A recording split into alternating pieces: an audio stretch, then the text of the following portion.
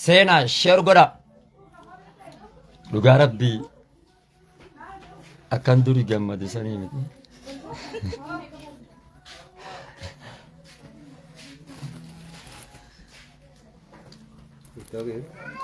Baga ilma keessaniif gammaddan isiniin jaga. Guyyaan gaafa gammaddan gaafa muutii hiikii sheekaa hayyee ishee ammas sagaleen hin jiru. Bee jaartiin eessa jirti? Jaartii amma booletti hin dhaqee simadha. Inshaallah boolee dhaqee tan achitti booletti kan simadhu taha. Dhimma jabduutti takka naasa'uu deema waan ta'eef sheeris gootaniiti yoo ergaan jabduun keessa jiraatu taate ergaa jabduu san keessaa murtanii hawaasa biraan kanaa geessan hin ta'a biraa keessa murtanii asirratti. Akka fedhe. Hayya.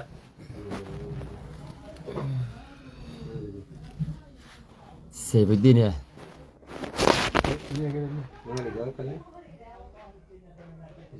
Oka dhaabbame. Assalamu alaikum warahmatullahi wabarakatuhu isinin jenna hawaasa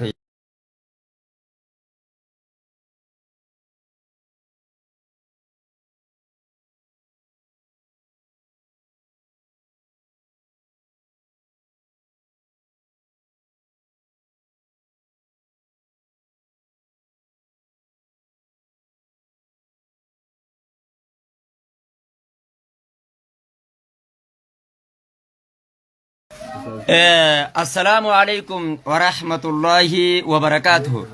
Kabajamtoota fi jaalatamtoota hordoftoota hundummaan keessanuutu bakka jirtanitti nageenya rabbiitii fi dhiifama afwanii namaa natti haasa'utti raase maayikii iddoon qabe. Jirra jirtu bakka jiraattan bakka guyyaa gammachuu keenya guyyaa muhaadaraa gaa'ila keenyaatiinis isinin gahe jenna. Mee arra seenaa sheer godha arra ama arra waa'ee dhimma jabduurraan dubbatu deema waan ta'eef arra sheer godhaanaan isinin jedha sheer godha dhiifama wajjin baarakallaa fiikum. Mee hulatan asbanii sirriitti akka ifaan ifu bo kana ilaa hayye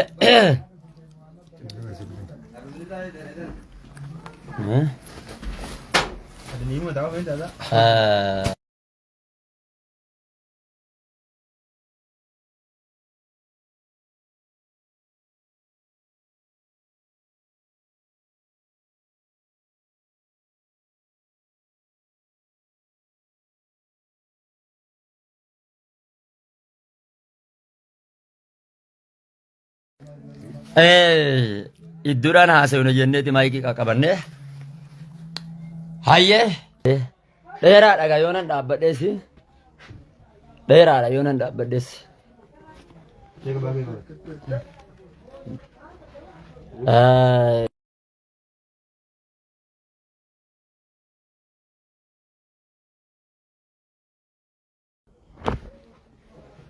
hayya amma sagaleen hin jiru. Karabaata maa karabaata maali moo darbitan gaama tana bakka darbitan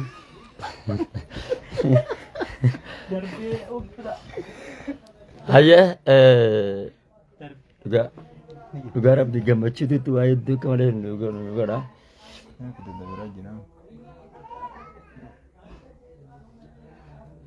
Sargii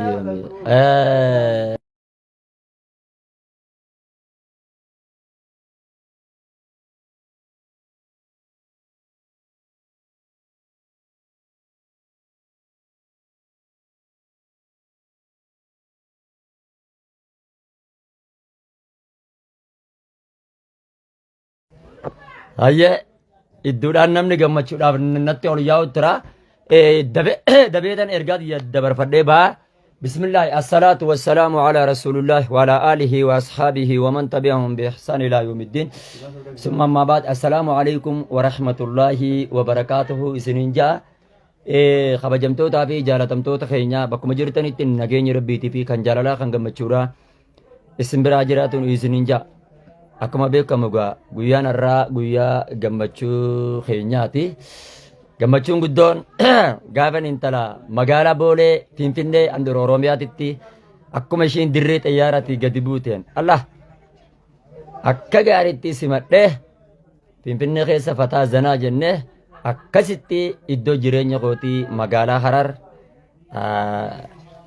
kanan itti fiidadhee aruuza shaashambaa isin goosisu ta'a. Isinin jenna har'aan tan ammoo galgalli kuni galgala seena qabeessa. Galgala aruuzaa galgala seena qabeessa waan ta'eef warri as jala jirtanilleen akka achitti nu argamtan isinin jenna. Gama biraatiin taatee dhiyeen kana sooshaal miidiyaa irratti deemtee qalbii takkaan warri waan biraa barreessanillee qalbii takkaan akka dhaggeeffatan sagalee xiyyeettanallee akka murtanii wal biraanis geessan abdiidhaan rabbi irraa qabajaa. Taatee dhiyeenna kana sooshaal miidiyaa irratti taatee ani dhugaa rabbii wallaahi miira keessa gaggaleetan arrabni namaa akka malee miira keessa na galcha hawaasa kiyya qaalii isiniin dallan ni jira jee jechuudha. Taateen dhiyeenna kana sooshaal miidiyaa irratti taate gama kootiin rakkoo gama kiyyaan argamte miira keessa hin gale. Gocha ilmi namaa arraba ilma namaatiitu miira keessa na galche. Sun maali jennaan gaafa nammiyyoo beerraa qarna sijjiin gadeemi gurbaa kanaan. Gaafa nammiyyoo tana niqaa godhadhu sani kasilaa namni baga fuute baga gammadde miyyoon tuni amantaan ishii amantaa kiristaanaa turte.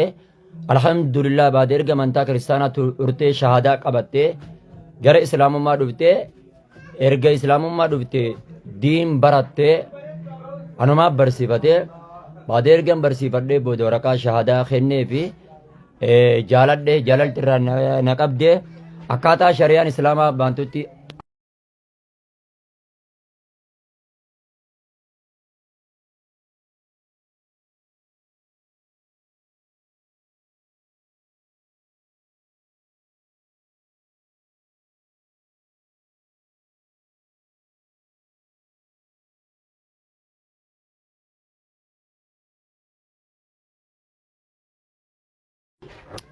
dhiifama wajjin nama xalaa na jeeqaa jira waan ta'eef dhiifama wajjin nama gammachuu irraa natti dhufaa akkan itti waa dubbadhu hin qabu namni qe'ee tana guute waan ta'eef dhiifama wajjin dafeetan dubbadhee irraa baha namaatiitu na jeeqaa jira waan ta'eef namni waggaa gammachuudhaaf gaan namatti ol seenaa afwan isin hin ja'a maali jennaan kasilaa namni naa gammaduu qabu kasilaa namni baga gammadde yookaan baga rabbiin bultii gaarii si ijaare naan jiru qabu waa heddullee akka malee hamilee na cabsanii qalbii gartee akka malee na cabsan jechuudha. Sila ana jajjabeessuu baatanii osoo miyyoo tana jajjabeessanii sababa miyyoo tanaatiif jecha osoo na dhiisanii wayyaadha ture. Sababan intala tana fuudhee miyyoo tana abbaadhaan taa'aaf maatiidhaan taa'aaf obboleessan taa'aaf je'ee miyyoo tana niqaa godhadhe.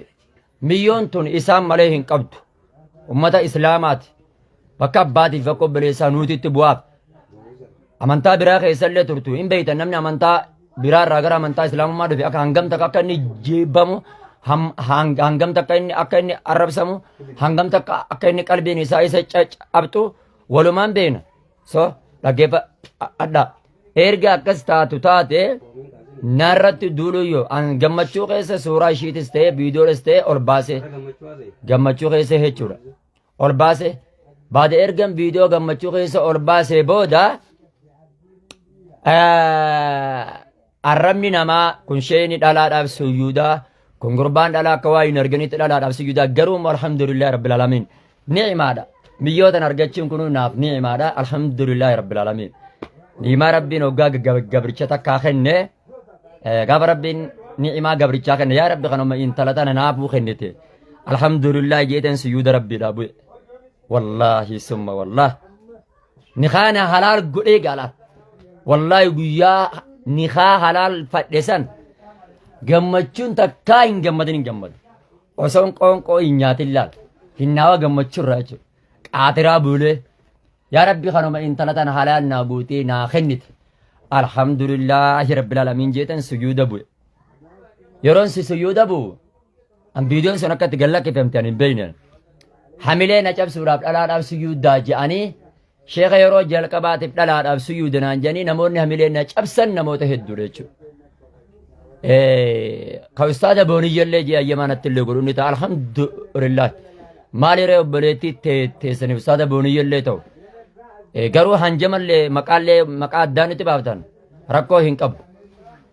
Kanarraa obboleessa keenya ustaad Anas Muhammad sheekan hedduudha suuraa maaliif abbaaftaa suuraa haadha mana keetii guyyaa duraa gammachullee ol baaftu talammadaa tana ulii ittiin deebinnaan jedhanii ustaad Anas Muhammad jechuun wallaahi nama naa yaaduu keessa naa gammaduu keessa anaa magaalaa Finfinneedhaa jiru inni jimmatti deemaa ani magaalaa Finfinnee keessa jiraachuu na dhagaheeti ana waamee yeroo ana waamu sanii gammachuu xiyya naadda hojii qooddatuudhaaf jecha jechuudha. Sababa kiyyaaf jecha mana sireedhaa qabatee wallaahi na hojii oolee na gorfatee laayifittillee waa hedduu dubbatee na gorfate. Haa ta'u ani gammachuudhaatiittu natti dhagamaa yeroo gargari sheexaanni kunis akka hin taane nama godha waan ta'eef sababa waa maxxanfama barreeffama tokko maxxanseen haala saniin natti rifatuu ka'ee miira keessa galee anilleen waa erga inni jecha tokko naan jedhee sababa inni jecha san naan jedheetiin hawaasni guutuun narratti duule yeroo hawaasni guutuun narratti duulu natti dhagahamtee ta'e wallaahi hanga lubbuuti yoo of jibbee ofan baasa ja'utti namoonni gaggarii diraamaadha dalagee naan jedhanii ani immoo wallaahi namni garii diraamaadhaaf hojjetee naan ijaan. Hayyee shabakaan yamman jiru. Hayyi shabaka.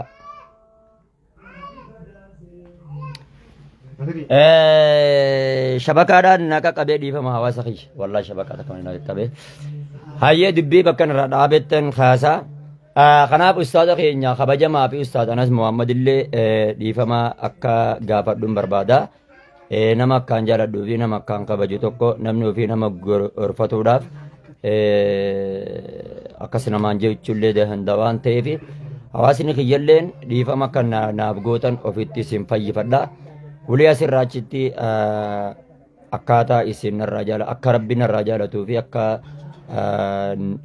isinis narraa jaalattanittan bultiiti yoo oofadhee diin kiyyallee oofadhee haala saniin inshaallah du'aayis akka isin nu cinaa dhaabbattan wanni guddaan du'aayidha. Akka rabbiin bultii tanallee bultii gaarii bultii ajaa'ibaa nu taasisu du'aayii nuti jabaadha. Assalaamu alaikum warahmatullaahi wabarakaatuh. Assalaamu alaikum warahmatullaahi wabarakaatuh. Hawaasa kiyya kan qilleensarra jirtanii fi kan lafa jirtanis kan biyya alaa kan biyya keessaa salaamanni kiyyaa fi nageenyi rabbii bakkuma isin jirtanitti isin haa dhaqqabu isiniin jecha inshallah viidiyoo tana share duwit like naa godhaadha akka isin share naa gootanii duwit naa gootan wal abdiidhaan isinirraa qaba yoo rabbiin fedhe inshallah akkuma beekamu bultii ijaarrachuun ni'imaa rabbiin tolan namatti oolurraahi kanatti ansuudhaan ustaazan kiyya warroota ustaazan kan iimoorraa fi kan zoomirraatis tahee akkasuma barattoota warra iimootii fi kan zoomiitis tahee warra lafa jiruu fi kan warra lafa jiruu fi kan qilleensarra jiru hunduma isaaniitu hangafee viidiyoo tiyya tana akka biraan nageessanin jaa yoo rabbiin fedhe guyyaa baru galgala jechuu guyyaa isniinaa oollee halkan salaasaadhaa gaa'ila waan qabnuuf jecha guyyaan kun nuuf guyyaa gammachuuti nuuf guyyaa seenaati nuuf guyyaa addaati waan taheef akka dhoftanii nu gammachiiftan akka sagantaa sanarratti nu argamtan sagantaa aruuza keenyaati irratti akka nu argamtanii nu gammachiiftan abdii guddaan isinirraa qaba keessaa'u afeeramtootaafis kanneen afeeramtanii fi kanneen hin afeeramin keessaa'u gamtaawwan ustaazan iimoorraa hangafee hundi keessanuu akka sagantaa tiyya sanarratti na argamtanii yoo isin na boonsitan malee namni ana boonsu eenyu isinin jehee jecha rabbiin subhaanahu wa ta'ala isin haa gammachiisu taatee dhi'eenna kana sooshaal miidiyaa kanarratti deemteenis waluquba taatee dhi'eenna kana sooshaal miidiyaa irratti deemaa jirtuun dursee adawwiiti tan naboo chiftee fi tan hamileen na cabsisite sababa aruuza kiyyaatiif jehee echa akka qalbiiti tan cabxisan na gammachiiftan abdiin isinirraa qaba viidiyoo tiyyatana sheer duwwiit godhaadha ustaazza warra imoo biraanis na akkanaaf geessan abdiidhaan qaba. Assalaamu alaikum wa rahmatullaahi wa barakaatuh.